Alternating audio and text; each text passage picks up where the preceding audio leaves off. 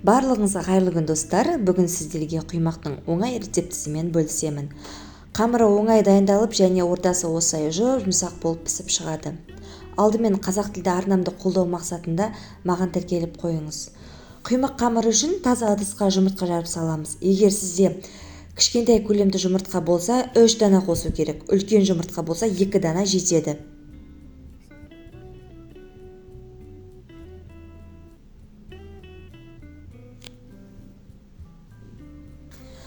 Қант, тұз салып венчиктің көмегімен жақсылап араластырамыз.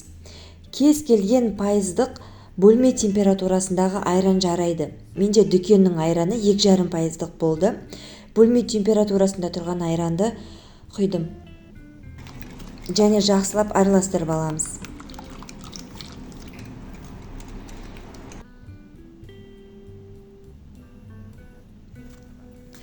Алдын ала електен өткізілген ұнды бірден емес, видеодағыдай бөліп салып араластырамыз.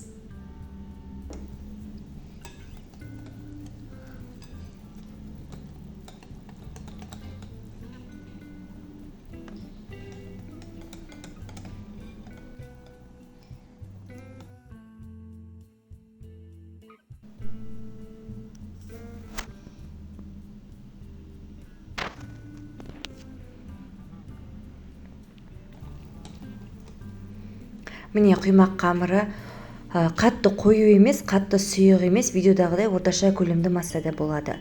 Қамыр дайын болды. Соңында жарты қасық ас содасын қосып араластырып жібереміз. Бетін жауып, кемінде 10-15 минутқа, нақты 30-40 минут демалдырып қоямыз.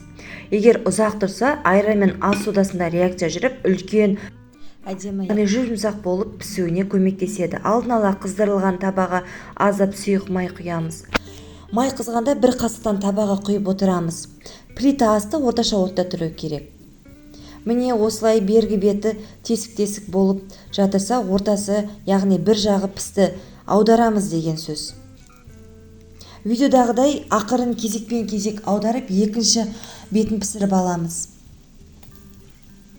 Екінші жағы бірінші құйған жағына қарағанда тез піседі. Видеода көрсеттім, асты да осылай піседі. Керекті заттар, ингредиенттер видео астындағы описание бөлімінде қалдырдым. Жасап көріңіздер. Таңғы асқа 5-тің шайына оңай жасалатын таптырмас дәм. Видеода сіздермен бірге Дариға. Видео ұнаса лайк басып пікір қалдыруыңызды өтінемін.